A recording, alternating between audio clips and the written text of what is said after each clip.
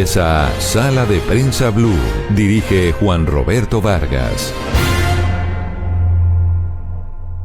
Muy buenos días a todos, bienvenidos a Sala de Prensa Blue. Los estaremos acompañando hasta el mediodía aquí en todas las frecuencias de Blue Radio y también a través de Noticias Caracol en vivo, con la información de Colombia, del mundo, para entender lo que pasó y entender lo que viene en esta mañana de domingo. Bienvenidos. Estás escuchando Sala de Prensa Blue. Arrancamos, María Camila, ¿cómo le va? Muy bien, Juan. Feliz domingo, qué bueno verla de nuevo por acá. Ay, sí, hacía falta, pero feliz de regresar a Sala de Prensa, hablando hoy mucho de relaciones bilaterales, ¿no? Sí, señora, esa sin duda es la noticia de la semana. Y realmente, yo no sé, hablaba con personas, digamos, del mundo diplomático en Colombia, que me decían, hablo de dos embajadores de países amigos en nuestro país, que me decían, realmente uno no esperaba lo que pasó esta semana. Exacto, y sabe que uno tiene un pensamiento de base y es como que tanto problema que ha habido con Estados Unidos, tanta crisis interna en diferentes frentes, lo último que faltaba era un tema de este nivel y de esta envergadura con Ecuador. Pongamos en contexto a nuestros oyentes y a nuestros televidentes. Nadie esperaba esta tensión y esta guerra comercial con un vecino tan clave como Ecuador. Exactamente. Estamos hablando de un país con el que compartimos una frontera amplia, llena de dificultades, especialmente por el tema del narcotráfico, pero también una vida entera. Exactamente. Entre Ipiales en Nariño y Tulcán en Ecuador, nos decía nuestro corresponsal David Sánchez, hay una vida común. Es muy similar a lo que pasa en la frontera con Venezuela. Pues bien, el tema tiene tanto de largo como de ancho. Y pues como lo hemos visto, pues ya va en que Colombia dice que no le venderá más energía a Ecuador después de los anuncios del presidente Daniel Noboa y su gobierno de imponer aranceles altos, muy altos, a productos colombianos que llegan al vecino 20 país. Productos, sí. Muchos están catalogando esto como un tiro en el pie de Ecuador por también la dependencia que tiene de Colombia de muchos productos, entre esos la luz, pero respondió de hecho de manera retadora el presidente Daniel Noboa que ya no depende y no necesita el suministro de energía colombiano, pero el punto aquí de fondo también, Juan Roberto, es que hay casi $2 millones en vilo por cuenta de estas imposiciones y mucha gente. 2.000 millones de dólares. 2.000 millones de dólares, tiene toda la razón.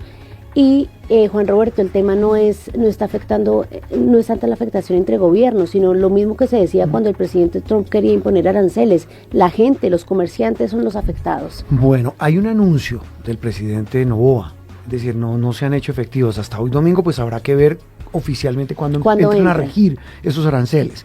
Y lo mismo ocurre con el anuncio del gobierno de Gustavo Petro de suspender la venta de energía también al vecino país. Pero más allá de lo que estamos contando, que ya se ha contado esta semana, bien vale la pena hablar con alguien que tiene toda la autoridad en la materia para tratar de entender qué hay detrás y sobre todo qué ambiente hay en el vecino país. María Cecilia Largacha es una muy querida colega del canal aliado de Noticias Caracol Ecuavisa, el más importante del Ecuador, un canal además que tiene una historia de tradición, de buen periodismo y de compañía para los ecuatorianos. María Cecilia, un gusto saludarte hoy domingo aquí en Sala de Prensa Blue. ¿Qué tal, Juan Roberto? ¿Cómo están? Bien, pues aquí como entre aterrados y preguntándonos muchas cosas, María Cecilia, porque quisiéramos arrancar con una opinión sobre lo que hay detrás. ¿Cómo se incubó esta decisión del presidente Noboa? ¿Sabían ustedes qué estaba pasando en Ecuador para incubarse un anuncio como este que es considerado una guerra comercial? Bueno, pues yo les cuento una cosa, sí. Y es básicamente que yo me pregunto, y probablemente aquí en Ecuador nos preguntamos exactamente lo mismo. Cuando eso se supo, el presidente, como lo saben todos ustedes, estaba en Davos, en Suiza. Sí. Y simplemente lo que pasó fue que en la red social X, que para mí se sigue llamando Twitter, perdón. Igual, estamos de acuerdo. Apareció una publicación del presidente en la que decía lo que todos sabemos. Realmente sí, había algunos, digamos, para no decir que había peleas, porque no llegaba hasta el punto, pero había una tensión previo a esto. Recuerdo que hubo una publicación también en la misma red social del presidente Petro, en la que hablaba sobre la necesidad, o abogaba por el ex vicepresidente Jorge Glass, que se encuentra en este momento preso, y lo que decía era que así como había abogado por los presos políticos de Venezuela, también iba a de alguna forma exigir que se revisara el caso de Jorge Glass. Jorge Glass aquí no se considera un preso político porque ha tenido de alguna forma un proceso judicial bastante largo, y está involucrado en los procesos judiciales. Y es, digamos, la única cuestión cercana. Esto fue lo que pasó justo antes de que llegara esta decisión. Pero realmente, más allá de eso, no, tampoco la veíamos venir. Sí. Y en ese sentido, pues sí, para nadie es un secreto, María Cecilia, que el presidente, y lo dijo ayer, esta semana, tal vez el jueves, el presidente Petro: yo no soy amigo del presidente Noboa, eso es evidente, y hay unas diferencias abismales entre los dos mandatarios, pero evidentemente el tema surge por este llamado del presidente Petro. En los ámbitos o círculos políticos en Ecuador, ¿cómo se recibió el anuncio del presidente Noboa? Bueno, no solamente políticos, sino económicos, y la preocupación. Claro, pero arranquemos con los políticos y ya hablamos del efecto económico. Pero en política, ¿cómo lo recibieron? La misma preocupación que hay por allá y por acá. Es decir, de alguna forma, políticamente, digamos que hay preguntas, hay muchas preguntas más que respuestas. Algún analista importante decía ayer en la televisión que tal vez podía responder a los bajos números que en este momento está atravesando en materia de popularidad el presidente Noboa.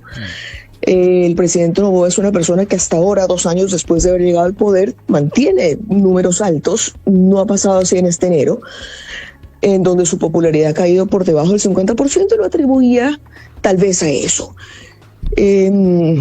Pero más allá de eso, creo que el tema aquí nos ha centrado en materia económica. Más allá del por qué, nos preguntamos todos: ¿y ahora qué va a pasar? Claro. Sí, y metámonos ya en ese tema, María Cecilia. De hecho, estoy viendo un artículo muy interesante que ustedes ligan a una nota en la página de Coavisa, y ustedes dicen puntualmente que Ecuador puede perder más en 3 frentes ante una guerra arancelaria con Colombia, y mencionan los productos, y dicen, incluso describen muy bien que puntualmente las golosinas, los repuestos para vehículos, los pañales, maquillaje y la ropa y los productos de higiene femenina colombianos se venden en casi todas las tiendas del Ecuador. Es que definitivamente la balanza comercial no está exactamente a favor del Ecuador. Nosotros importamos unos $800 millones, exportamos mucho más que eso, por encima de los 1.000 millones. 1.600, sí. Que recibimos de Colombia, bueno, muchas cosas, pero energía sobre todo. Claro. Enviamos cosas como atún, como madera, como camarones, pero más allá de los productos específicos está el hecho de que Ecuador y Colombia son mercados cercanos, y que de alguna forma esto perjudica gente, más allá de la balanza comercial, más allá de cómo estén. Aquí, por ejemplo, los productores y los gremios empresariales han reaccionado todos, básicamente pidiendo diálogo, básicamente pidiendo de alguna forma revisión de la medida y que se sienten a conversar. Porque imagínate, tenemos gente que en este momento Colombia es su mercado principal, y de un momento a otro resulta que sus productos van a ser menos competitivos porque van a costar muchísimo más. Claro. De lo que cuestan ahora, y están muy preocupados. Sí, María Cecilia, el otro aspecto importante en esta galería de preocupaciones es el de la energía. ¿Qué tanto depende Ecuador de la energía que le suministra o le vende Colombia? Depende, sí depende. Yo sé que el gobierno ha dicho que no, pero nosotros tenemos un déficit de energía acá que, según han dicho los especialistas, alcanza normalmente a los 800 megavatios, perdón, no normalmente, sino cuando estamos en época de estiaje, es decir, de sequía. Sí. Cuando no tenemos los embalses de las hidroeléctricas llenas, tenemos más o menos un déficit de 800 megavatios, pero sin Colombia llegaría a por encima de los 1100. Entonces, no. En este instante nosotros tenemos, o Ecuador tiene los embalses llenos, es decir que ahora mismo, hoy, no le hace falta la energía colombiana. Pero no es muy riesgoso, o sea, no están... Sí. Exacto, están diciendo claro, ahorita estamos bien y en el futuro... Es que he recalcado la palabra hoy. Y lo que también dicen los expertos es que si hoy dejara de llover, Ecuador tendría 40 días más antes de que los embalses lleguen a un nivel peligroso y por ende tengamos problemas de energía. Pero 40 días pasan muy rápido y ya han pasado en este ya han pasado en este país. El año pasado, 2024, no fue el año pasado, tuvimos unos apagones de hasta 14 horas diarias y probablemente, y esto lo estoy diciendo yo sin ningún sustento técnico, pero me imagino que si no hubiéramos tenido la energía de Colombia, los apagones no hubieran durado 14 horas diarias, sino, pues, no sé, 20. Sí, 14 años, de acuerdo. Sí, puede ser así. 14 años. Claro, porque fue un poco lo mismo que le pasó a Colombia al comienzo de la década de los 90 en el famoso racionamiento, por esa dependencia para generar energía solo a punta de hidroeléctricas. María Cecilia, ahora del otro lado de la frontera, entiendo que Ecuador dice, mire, le podemos empezar a cobrar a Colombia para que transite su petróleo por un oleoducto que hay en la zona de frontera. ¿Qué información tiene usted de qué tanto puede eso afectar a Colombia? Y se lo digo porque ahí hay una dependencia también energética y de hidrocarburos grande ahí en la zona limítrofe. Sí, más allá que empezar a cobrar, subir la tarifa, porque claro, ya hay un contrato, ya existen contratos, ya se cobra. No a cobrar más, cuánto es la tarifa porque no la manejo. Pero claro, la ministra de Energía ayer también publicó, porque eso es una guerra de posteos en Twitter, eso es una guerra de publicaciones en X, perdón. Sí. Es una guerra de publicaciones y ayer justamente publicó el hecho de, bueno, si nos quitan la energía, entonces nosotros subimos la tarifa. Sí, y claro, yo estaba leyendo esta mañana justamente que por el oleoducto ecuatoriano se han transportado más de 43 millones de barriles de crudo desde el 2013. No es una cosa reciente. Y tampoco es que va por ahí el petróleo colombiano porque a Colombia le provocó. Hay contratos. Hay contratos entre Petroecuador y Ecopetrol y resulta que romper esos contratos no es tan sencillo como decir a mí no me provoca seguir brindando el servicio por el costo que se los estaba brindando.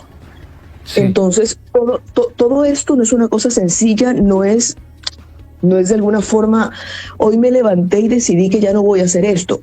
Hay normas que cumplir y hay contratos que seguir. ¿Cómo se va a hacer eso? Tampoco lo sabemos, porque es lo que les he dicho hasta ahora. Nos hemos enterado de muchísimas cosas a través de una red social. En este instante el presidente no está en el país, después de Davos viajó a Bélgica. Entonces no hemos tenido la rueda de prensa, la conversación, la explicación. Lo que tenemos es un poco la conversación de los analistas en los diversos espacios y eso es básicamente qué es lo que va a pasar, qué es lo que creemos que puede pasar, pero no la confirmación de lo que se va a hacer. Tenemos confirmación, por ejemplo, de que este asunto del 30% en Ecuador comenzaría a partir del 1 de febrero, es lo que sabemos y es la única certeza. Ese es un dato importante, María Cecilia, porque no se sabía el tema de la fecha, decíamos hace instantes, era el anuncio del presidente Noboa, pero ya con una fecha de por medio. Esto escala. 1 de febrero, sí. Claro, esto escala. María Cecilia, el otro aspecto importante también sabe cuál es, la razón que esgrime el presidente Noboa en su cuenta de X para haber tomado esa decisión de aranceles, y es el de la seguridad en la frontera. Sí. Hoy, ¿cómo está la frontera? A ver, no ha habido ningún hecho especial o específico que desate esta decisión. También, y eso es un punto importante, escuchábamos ayer a muchos analistas decir, ok, es verdad que la frontera es absolutamente necesaria y la seguridad es absolutamente necesaria, pero no es un tema económico. Entonces, Ecuador ha reaccionado a un tema de seguridad con un castigo económico, y también decían que, y esto obviamente estoy repitiendo lo que los analistas han dicho, lo que decían es que de alguna forma esto le podría costar a Ecuador ser llevado ante un comité de justicia en la comunidad andina. no se ha hecho, no se ha planteado, pero claro, la respuesta ecuatoriana a un problema de seguridad es una cosa que también criticaron muchísimo ayer algunos analistas en este país. María Cecilia, y la gran pregunta aquí es, viendo tantos embates de esta decisión en el comercio y sobre la gente, ¿qué gana? ¿Qué gana el presidente Daniel Noboa con esto? Y muchos dicen que aquí habría incluso un coletazo de la llamada política Monroe de los Estados Unidos y que le está haciendo esto para quedar bien con Washington. ¿Usted cómo ve eso? Incluso dicen, María Cecilia, no sé qué información tengan ustedes, de que cuando el presidente Noboa hace el anuncio de esta guerra arancelaria con Colombia, tenía sentado al lado al secretario de Estado de Estados Unidos, a Marco Rubio. A ver, eso es una cosa que no te podría confirmar y que no la sé. Sí. Porque ya te digo, ¿cómo nos enteramos nosotros en Ecuador? No por un anuncio oficial, no por una rueda de prensa, sino por una publicación en X. Entonces, no lo sé, no sé si estaba sentada la Marco Rubio, no sé si de alguna forma hubo una conversación, no me imagino cómo funcionará eso. Si voy caminando por el pasillo, me encuentro a Trump y me dice, oye, sube aranceles a Colombia. Yo no, realmente ese tipo de cosas no las manejo y no las sé. Claro, hay un paralelismo cercano, hay un hecho que a uno lo hace pensar, es de alguna forma un modus operandi, por decirlo de alguna manera, del presidente Trump, el hecho de no me das Groenlandia, te subo aranceles, es decir, de alguna forma es como su sello. Entonces es imposible evitar pensar que se parece, y se parece mucho, pero claro, como de lo que se trata es supuestamente de responder ante un hecho concreto, que es el tema de la frontera. El resto son elucubraciones, es una cosa que uno puede pensar pero no puede comprobar. Claro. María Cecilia, le cambio de tercio porque aprovecho que está con nosotros María Cecilia Largacha, periodista de Ecuavisa, nuestro canal aliado aquí en Colombia, que es de Noticias Caracol y Blue Radio, para un tema que a mí personalmente me ha consternado. Y tiene consternado a medio mundo, y es el de este pequeño niño ecuatoriano que fue no detenido, pero lo sacó un grupo de agentes de ICE en Minneapolis porque su padre huyó. Su padre era blanco de un operativo del ICE, esos operativos migratorios ahí en Minnesota.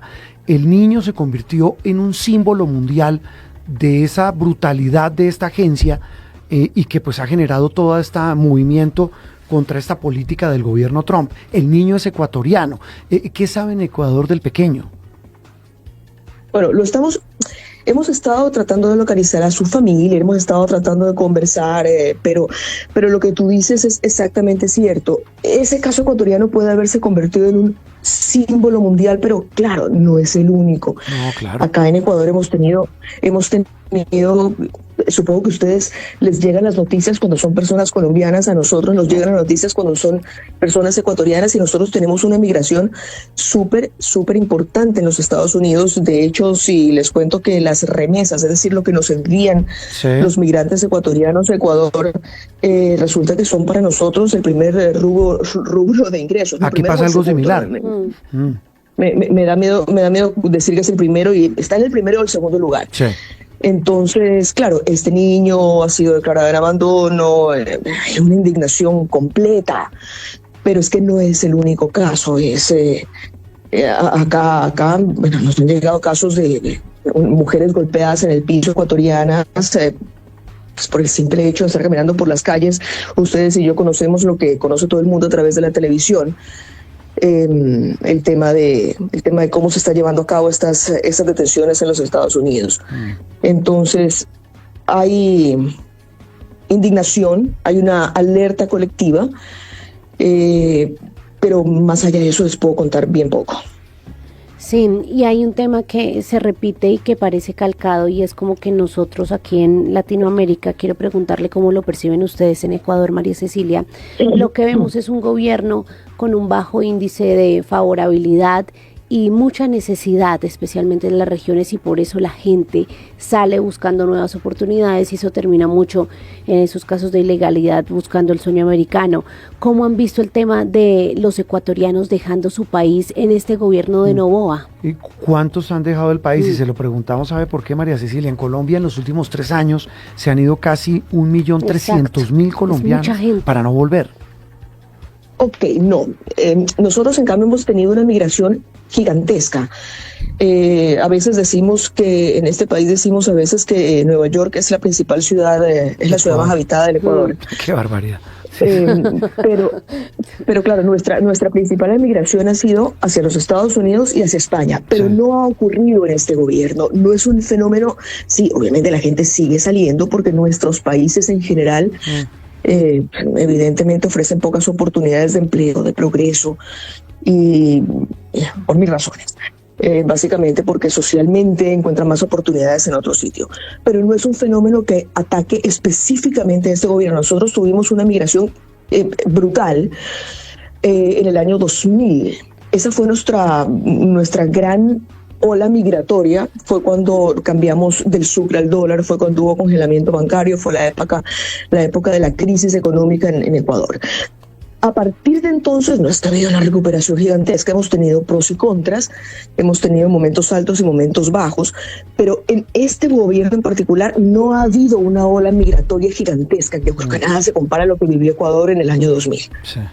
Sí, copiado. Sí, copiado. Realmente es un fenómeno, igual pasa en Colombia. Claro, en lo que hablábamos, esta diáspora colombiana de los últimos años, pues no es la única, porque ha habido incluso la de Venezuela.